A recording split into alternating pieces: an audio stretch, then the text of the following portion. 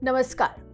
Dubai अपने luxury shopping mall, गगनचुंबी इमारतों और नाइट लाइफ शहर के बीच में जलवायु परिवर्तन के खिलाफ लड़ाई का नेतृत्व करने के लिए तैयार हो गया।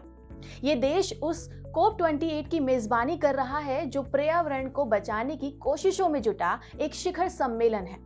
कोप का मतलब होता है कॉन्फ्रेंस ऑफ पार्टीज। इस साल इस सम्मेलन में पेरिस जलवायु समझौते पर सभी देशों के किए गए वादों का स्कोर कार्ड बनाए जाने की उम्मीद है, जहां दुनिया के देशों ने ग्लोबल टेम्परेचर में हो रही बढ़ोतरी को 1.5 डिग्री सेल्सियस तक सीमित करने के लिए सहमति बनाई थी।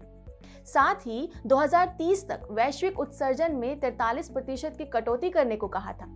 इस सम्मेलन में दुनिया भर के नेता, एक्टिविस्ट, कॉर्पोरेट जगत के दिग्गज और पत्रकार दुबई में गए, लेकिन सोचो यहाँ कौन नहीं आया। अमेरिकी राष्ट्रपति जो बाइडेन और चीनी राष्ट्रपति शी जिनपिंग दोनों ही यहाँ पर नहीं मौजूद थे। दोनों ने ही अपनी जगह पर अपने मैनेजर्स को भेज दिया था। ये दुनिया के लिए बहुत ही खराब मैसेज है।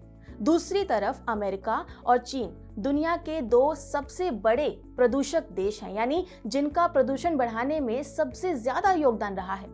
लेकिन उनके नेताओं ने भी इस समिट में कोई दिलचस्पी नहीं दिखाई। इससे पता चलता है कि ये वो लोग हैं जो इस सम्मेलन को किसी भी तरह की कोई अहमियत ही नहीं देते।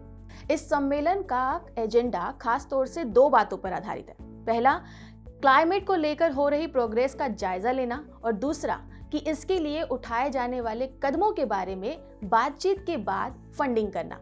लेकिन इन दोनों ही एजेंडों में कमी दिखने की उम्मीद है। 8 साल पहले किए गए पेरिस समझौते में क्या प्रोग्रेस हुई है? अगर पूरे 8 सालों का भी अवलोकन करें तो 2030 तक ग्लोबल एमिशन में सिर्फ 2% की गिरावट आएगी, यानी हम अपने लक्ष्यों से काफी दूर हैं। 2023 सबसे गर्म साल होने की राह पर है। अब ये हमेशा का ही चलन बनता जा रहा है। बाढ़, सूखे और तूफानों के साथ हर साल रिकॉर्ड सबसे ज्यादा गर्म होने का है। सही तरह से क्लाइमेट एक्शन के लिए हमें काफी अच्छी नीतियों और पैसों की जरूरत है, क्योंकि जलवायु में आ रहा लगातार बदलाव और इससे जुड़े हुए विनाश की कीमत किसी को भी चुकानी पड़ सकती है। पाकिस्तान का ही मामला ले लीजिए। इंडस्ट्रियल एज के बाद से इस देश में सभी उत्सर्जन में केवल 1% का योगदान रहा, लेकिन हाल ही में आई भीषण बाढ़ ने इसे पूरी तरह तबाह कर दिया। हालांकि बाढ़ का आना कोई नई बात नहीं है, लेकिन जलवायु परिवर्तन के कारण इसका होना कई गुना बढ़ गया है और इससे $30 अरब तक का नुकसान हुआ है। इजिप्ट में पिछले कॉप समिट में ऐसे देशों को सपोर्ट देने के लिए एक फाइनेंशियल फंड बनाने की बात कही गई थी, लेकिन अभी तक किसी भी धनराशि के दर्शन नहीं हुए हैं। वहीं ग्लोबल साउथ चाहता है कि अमीर देश 2030 तक कम से कम $100 अरब का बिल चुकाएं। आखिरकार ये उनका फैलाया गया प्रदूषण ही तो है जो दुनिया को इस हालात में ले आया है। लेकिन अमीर देश ऐसा नहीं चाहते।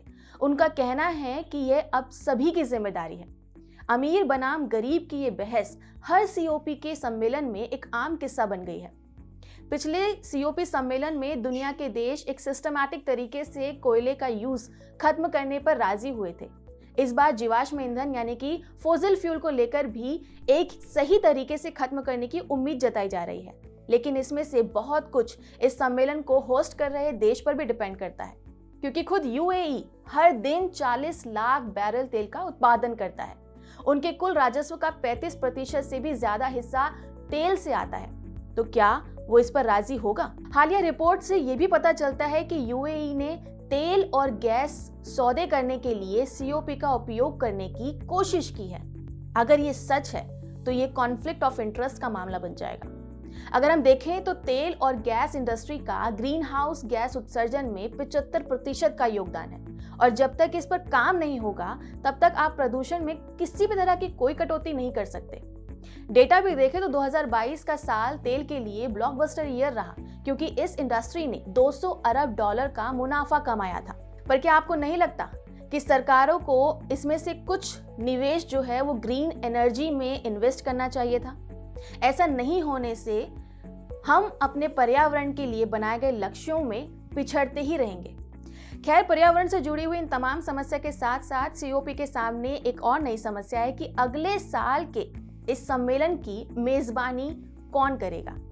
ये सम्मेलन पूर्वी यूरोप में आयोजित होना है, लेकिन यूक्रेन में चल रहे युद्ध के बीच रूस का कहना है कि वह उसकी इजाजत नहीं देगा। अब ये देखना है कि इस सम्मेलन में उठाए गए मुद्दों पर सभी देशों का क्या कदम रहेगा या इसका क्या असर होता है। बाकी आपकी इस पे क्या राय है, हमें कमेंट करके जरूर बताएं। नमस्कार।